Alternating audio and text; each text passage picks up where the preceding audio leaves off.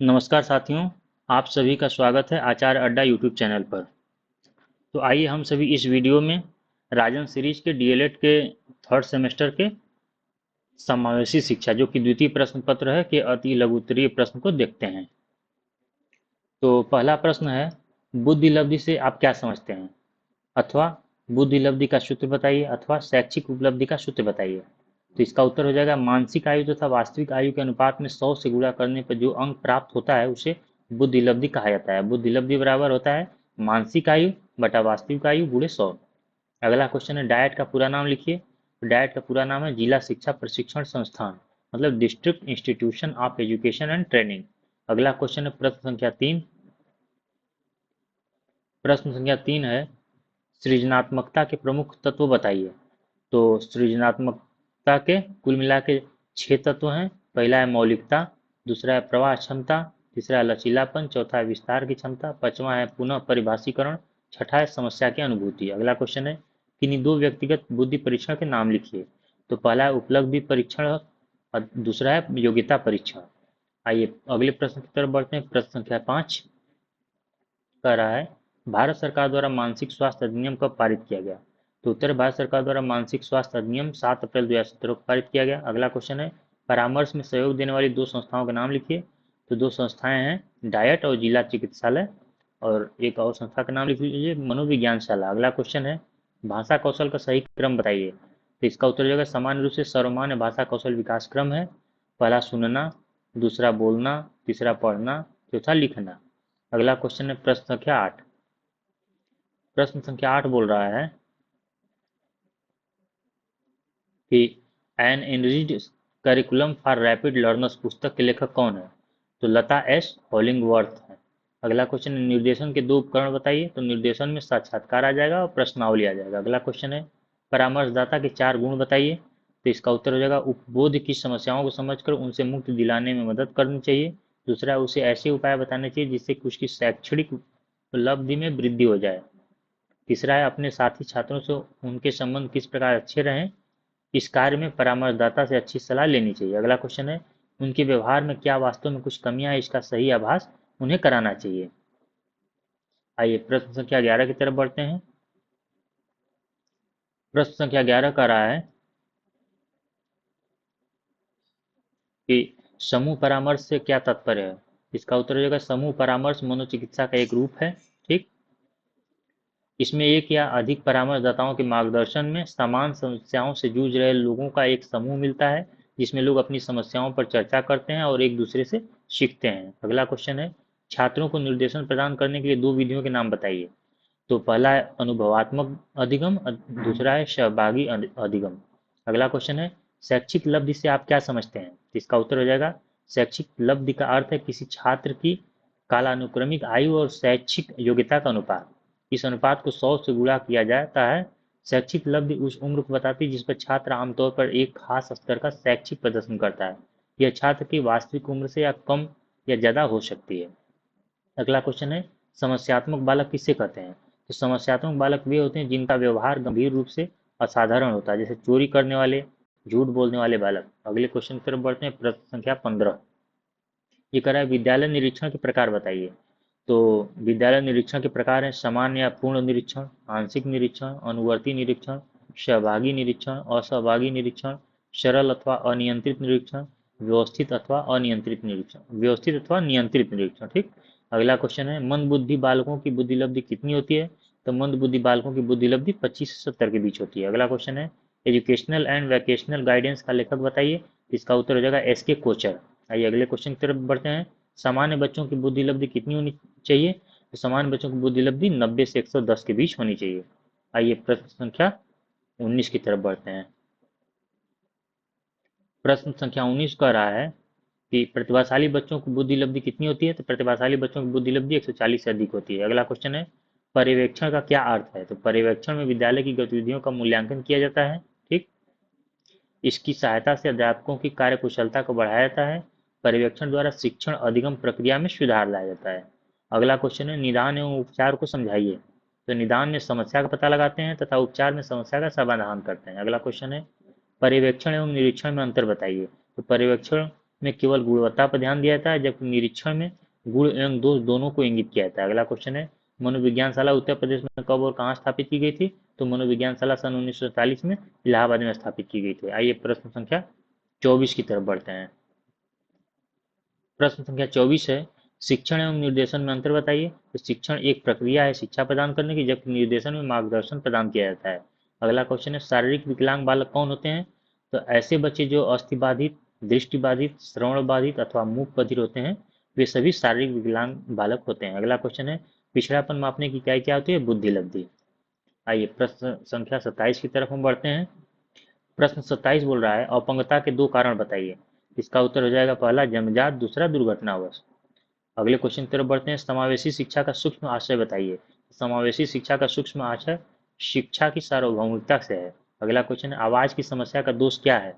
इसका उत्तर हो जाएगा, आवाज की समस्या वह होती है जबकि एक व्यक्ति को यह समझ नहीं आता है कि किन परिस्थितियों में ऊंचा बोलना चाहिए और किस परिस्थिति में उसे नीचा बोलना चाहिए। अगला क्वेश्चन है प्रश्न संख्या 30। प्रश्न संख्या 30 कह रहा है कि शैक्षिक रूप से पिछड़े बच्चों की परिभाषा सिरिल बर्ट के अनुसार लिखें। तो पिछड़े बच्चे वे सिरिल बर्ट ने कहा था कि पिछड़े बच्चे वे कहलाते हैं जिनकी शैक्षिक लब्धि बुद्धि या शिक्षा अंक 85 से कम होता है। ठीक। अगला क्वेश्चन है, पिछड़े बच्चों से आप क्या समझते हैं? इसका उत्तर हो जाएगा, सोनेल के अनुसार पिछड़ा हुआ बच्चा वह है जो अपनी आयु के अन्य बच्चों की तुलना में अत्यधिक शैक्षिक दुर्बलता को प्रदर्शित करे। अगला क्वेश्चन है, पिछड़े बच्चों की विशेषताएं बताइए अथवा पिछड़े बालकों की दो विशेषताएं बताइए। इसका उत्तर हो जाएगा, पिछड़े बच्चों की बुद्धि लब्धि सामान्य या औसत से कम होता है, पिछड़े बच्चों का अधिगम स्तर मंद होता है, पिछड़े बच्चों का व्यवहार असमायोजित होता है, पिछड़े बच्चे जीवन में निराशा का अनुभव करते हैं। ठीक। आइए प्रश्न संख्या 33 की तरफ हम बढ़ते हैं। प्रश्न संख्या 33 का रहा है, पिछड़े बालकों की शिक्षा व्यवस्था कैसी होनी चाहिए? इसका उत्तर हो जाएगा, पिछड़े बालकों के लिए विद्यालय का वातावरण भयमुक्त होना चाहिए, पिछड़े बालकों की मानसिक योग्यता के लिए पाठ्यक्रम को तय करना चाहिए। ठीक। अगला क्वेश्चन है, वंचना से आपका क्या अभिप्राय है? इसका उत्तर हो जाएगा, वंचना एक सामाजिक आर्थिक संप्रत्यय है। वंचना की अवधारणा व्यक्ति की असुविधाओं एवं अभावों की ओर संकेत करती है। अगला क्वेश्चन है, समस्यात्मक बच्चों से क्या अभिप्राय है? इसका उत्तर जो है बैलेंटाइन बोलते हैं कि समस्यात्मक बच्चे वे बच्चे हैं जिनके व्यवहार तथा व्यक्तित्व इस सीमा तक असामान्य होते हैं कि वे घर, विद्यालय तथा समाज में समस्याओं के जनक बन जाते हैं। अगला क्वेश्चन है, निर्देशन शब्द से आप क्या समझते हैं? तो निर्देशन गाइडेंस शब्द का हिंदी रूपांतर है, मतलब गाइडेंस मीन्स निर्देशन होता है। इसका सामान्य अर्थ मदद करने से लिया जाता है। और जोन्स के शब्दों में कहा जाता है कि निर्देशन का अर्थ है प्रदर्शन करना, इंगित करना, सूचित करना तथा पथ प्रदर्शन करना। इसका अर्थ सहायता देने से अधिक है। ठीक। आइए अगले क्वेश्चन की तरफ बढ़ते हैं। प्रश्न संख्या 37, परामर्श की परिभाषा दीजिए। उत्तर है, मायर्स के अनुसार परामर्श का तात्पर्य है दो व्यक्तियों का संपर्क जिसमें एक व्यक्ति को किसी प्रकार की सहायता दी जाती है। अगला क्वेश्चन है, मनोविज्ञानशाला कहाँ स्थित है? तो मनोविज्ञानशाला उत्तर प्रदेश इलाहाबाद में स्थित है। अगला क्वेश्चन है, मनोविज्ञानशाला उत्तर प्रदेश इलाहाबाद की स्थापना कब हुई थी? तो मनोविज्ञानशाला उत्तर प्रदेश इलाहाबाद की स्थापना सन 1954 में हुई थी। अगला क्वेश्चन है, मनोविज्ञानशाला उत्तर प्रदेश इलाहाबाद की स्थापना किसने की थी? तो इस शाला की स्थापना आचार्य नरेंद्र देव ने की थी। अगला क्वेश्चन है, मनोविज्ञानशाला उत्तर प्रदेश इलाहाबाद का संस्था प्रमुख क्या कहलाता है? तो पदेन निदेशक कहलाता है। आइए अगले क्वेश्चन की तरफ बढ़ते हैं। प्रश्न संख्या 42। प्रश्न संख्या 42 बोल रहा है कि मनोविज्ञानशाला उत्तर प्रदेश इलाहाबाद के संचालन हेतु कितने पद सृजित हैं? तो मनोविज्ञानशाला उत्तर प्रदेश इलाहाबाद के संचालन हेतु 2 पद सृजित हैं। अगला क्वेश्चन है, जिला चिकित्सालय की विशेषज्ञ समिति का नेतृत्व कौन करता है? तो मुख्य चिकित्सा अधिकारी करता है, चीफ मेडिकल ऑफिसर करता है, सीएमओ। अगला क्वेश्चन है, विशिष्ट आवश्यकता वाले बच्चों से क्या अभिप्राय है अथवा विशिष्ट बालक किन्हें कहा जाता है?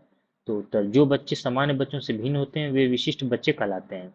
विशिष्ट बच्चों के अंतर्गत शारीरिक रूप से अक्षम, प्रतिभाशाली, मंदबुद्धि, शैक्षिक रूप से पिछड़े आदि प्रकार के बच्चे आते हैं। अगला क्वेश्चन है, शैक्षिक रूप से पिछड़ने या मंदता का कारण बताइए। तो ये कुछ कारण शारीरिक कारण हो सकता है, मानसिक कारण हो सकता है, विद्यालयी कारण हो सकता है, पारिवारिक कारण हो सकता है। आइए अगले क्वेश्चन की तरफ बढ़ते हैं। प्रश्न संख्या 46। प्रश्न संख्या 46 का रहा है, पिछड़ेपन या मंदता के निवारण के उपाय बताइए। इसका उत्तर हो जाएगा, विद्यार्थियों के लिए उनकी योग्यताओं के अनुकूल पाठ्यक्रम बनाया जाए। दूसरा है, परामर्श समय पर बल दिया जाए। अगला क्वेश्चन है प्रश्न संख्या 47, समावेशी शिक्षा का उद्देश्य बताइए। इसका उत्तर हो जाएगा, विशिष्ट बच्चों को आत्मनिर्भर बनाकर उन्हें समाज की मुख्य धारा से जोड़ना।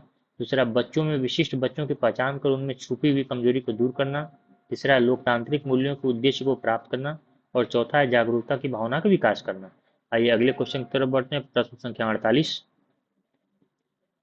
प्रश्न संख्या 48 बोल रहा है समावेशी शिक्षा का अधिनियम वर्ष बताइए। तो समावेशी शिक्षा का अधिनियम वर्ष सन 1995 ईस्वी है। अगला क्वेश्चन है नेशनल ट्रस्ट एक्ट कब स्थापित हुआ था।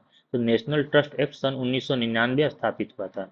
अगला क्वेश्चन है भारतीय संविधान की किस धारा के तहत अनुसूचित जाति और अनुसूचित जनजाति के बच्चों के लिए शिक्षा मुहैया कराने का प्रावधान है। तो धारा 15(4), धारा 45 तथा धारा 46 के अंतर्गत। अगला क्वेश्चन है प्रश्न संख्या 51। प्रश्न संख्या 51 कर रहा है समावेशी शिक्षा का महत्व या आवश्यकता बताइए। तो आइए उत्तर देखते हैं। समावेशी शिक्षा द्वारा विशिष्ट बच्चों के अंदर छिपी हुई प्रतिभा को निखारा जाता है। समावेशी शिक्षा के द्वारा बच्चों को आत्मनिर्भर बनाया जाता है। और समावेशी शिक्षा द्वारा बच्चों में जागरूकता की भावना का विकास किया जाता है। ठीक। अगला क्वेश्चन है प्रश्न संख्या 52। समावेशी शिक्षा तथा एकीकरण के सिद्धांत का संबंध बताइए। तो समावेशी शिक्षा तथा एकीकरण के सिद्धांत का संबंध कनाडा एवं अमेरिका से जुड़ा है। ठीक। अगला क्वेश्चन है ईडीएसएस का पूरा नाम बताइए, इसे किस वर्ष प्रारंभ किया गया था। तो ईडीएसएस का पूरा नाम है माध्यमिक स्तर पर निःशक्त जन समावेशी शिक्षा योजना है। इसका प्रारंभ 2009-10 में हुआ था। अगला क्वेश्चन है निःशक्त व्यक्ति अधिनियम वर्ष बताइए। तो निःशक्त व्यक्ति अधिनियम वर्ष सन 1995 में हुआ था। आइए अगले क्वेश्चन की तरफ पढ़ते हैं। प्रश्न संख्या 55। प्रश्न संख्या 55 का रहा है एकीकृत शिक्षा कब प्रारंभ हुई।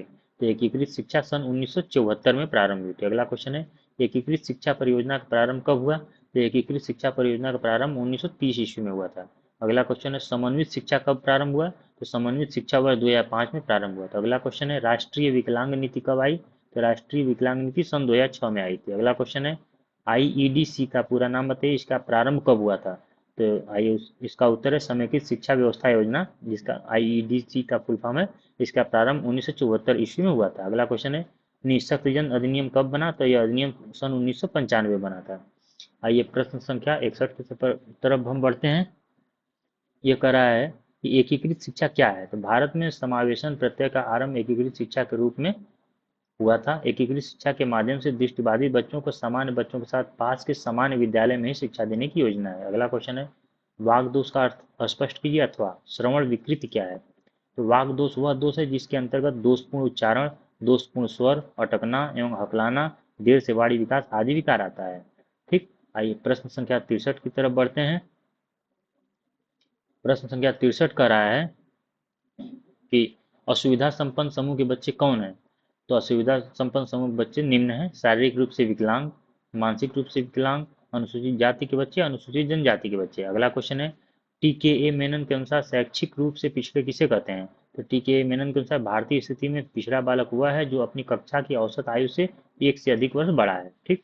अगला क्वेश्चन निर्देशन कितने प्रकार का होता है। तो निर्देशन 3 प्रकार का होता है। पहला है व्यक्तिगत निर्देशन, शैक्षिक निर्देशन और व्यावसायिक निर्देशन। अगला क्वेश्चन है श्रवण विकलांग कितने प्रकार का होता है।